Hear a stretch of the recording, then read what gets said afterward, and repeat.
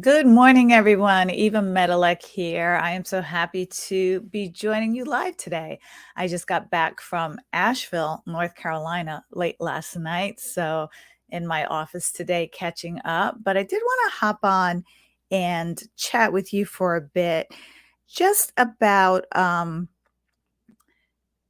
what's going on politically in the United States and the danger of being passive and silent and a silent observer. Every day I post in my Facebook group, The Intimacy of Race, uh, what's called This Day in History. What happened this day in history? And today was another one about literally in the 20th century, I have to say, usually around the 1950s and 60s, how our government and our lawmakers kept fighting desegregation and were fighting for segregation and created these laws. So when you hear our politicians today talk about how the gun laws and abortion laws and all of the hot button topics, regardless of where you stand on this topic, it reminds me of those times that they really fought against change. And a lot of great men and philosophers and great women as well, and I say man as mankind and humanity, have talked about the necessity of adaptability and change based on our expansive knowledge, based on the changes in the world today to create, safety for all, a better place for all. That our laws need to adapt to and change for the times. And the problem with having, you know, people over a certain age, if you will, still holding on to government positions is that you don't get that freshness, that adaptability, and you get people who are really resistant to change and resistant to getting out of their comfort zone.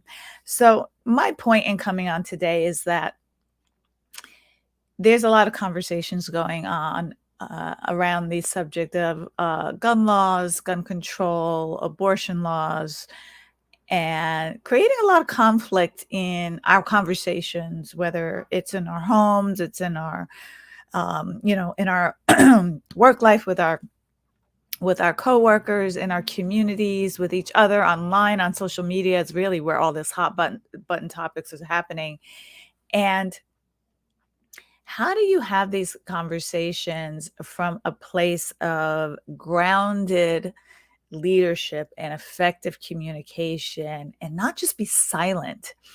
Because there's so much danger in being silent. When you are silent with your beliefs, regardless of whether people believe in them or side with you or not, when you are silent for change, it really is a part of the problem. Let's just put it this way. It's a part of the problem. I was in North Carolina this week and I realized that I could be more visible, that I like to hide, I like to be safe.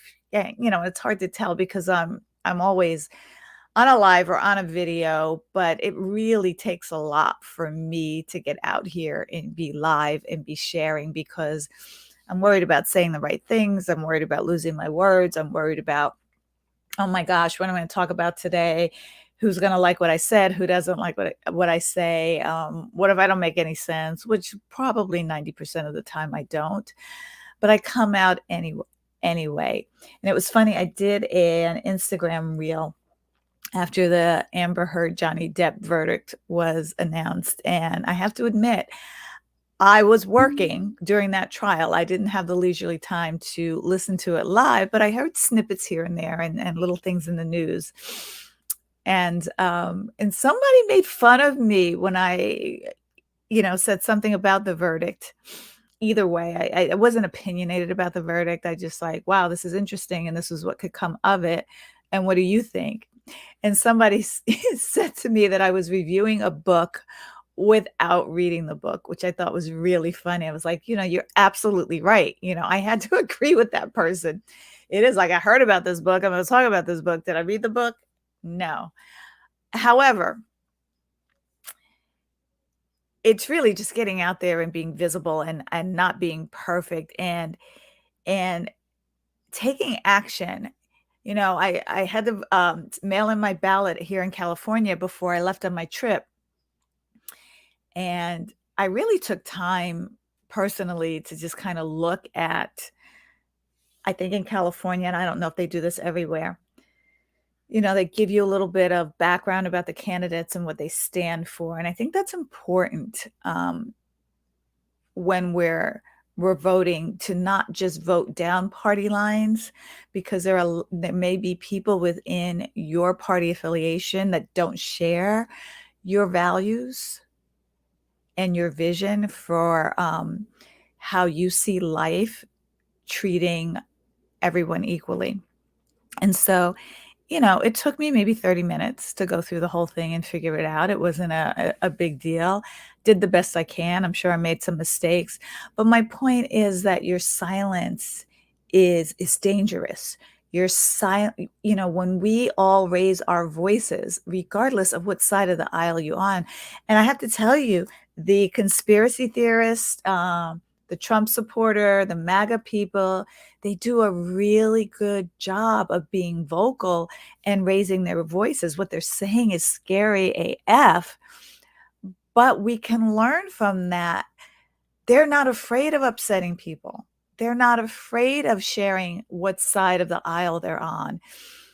And we, people who have different views from, those conspiracy theorist Republicans who really want to keep us in the dark ages of when we had to put gunpowder in a gun before we could shoot it, and not the AR automatic rifles that, people are having easy access to today, or, even just having more choices medically, that we can make our own choices for our bodies, regardless of whether we agree what another person's choices or what. I think the whole thing here is forcing your religious beliefs and your morality on people who, may have a different view or may not be worshiping the same that you worship, and to have a level of respect, as long as we are all law-abiding citizens, if you will.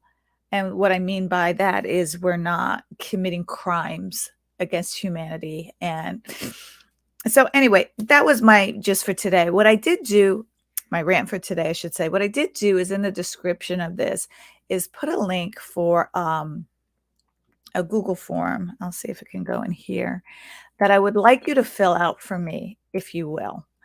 And everybody who fills this out, I will definitely find a way to do something special for you or send something special to you. But I want to know what challenges that you're facing, when it comes to inclusion, when it comes to your leadership, when it comes to having an impact. I would love to know, how I can help you more. So it's just a few questions on the survey. Just fill it out. I would appreciate that. And, wishing you an amazing Friday. Have a great weekend, and I will talk to you all soon. Bye.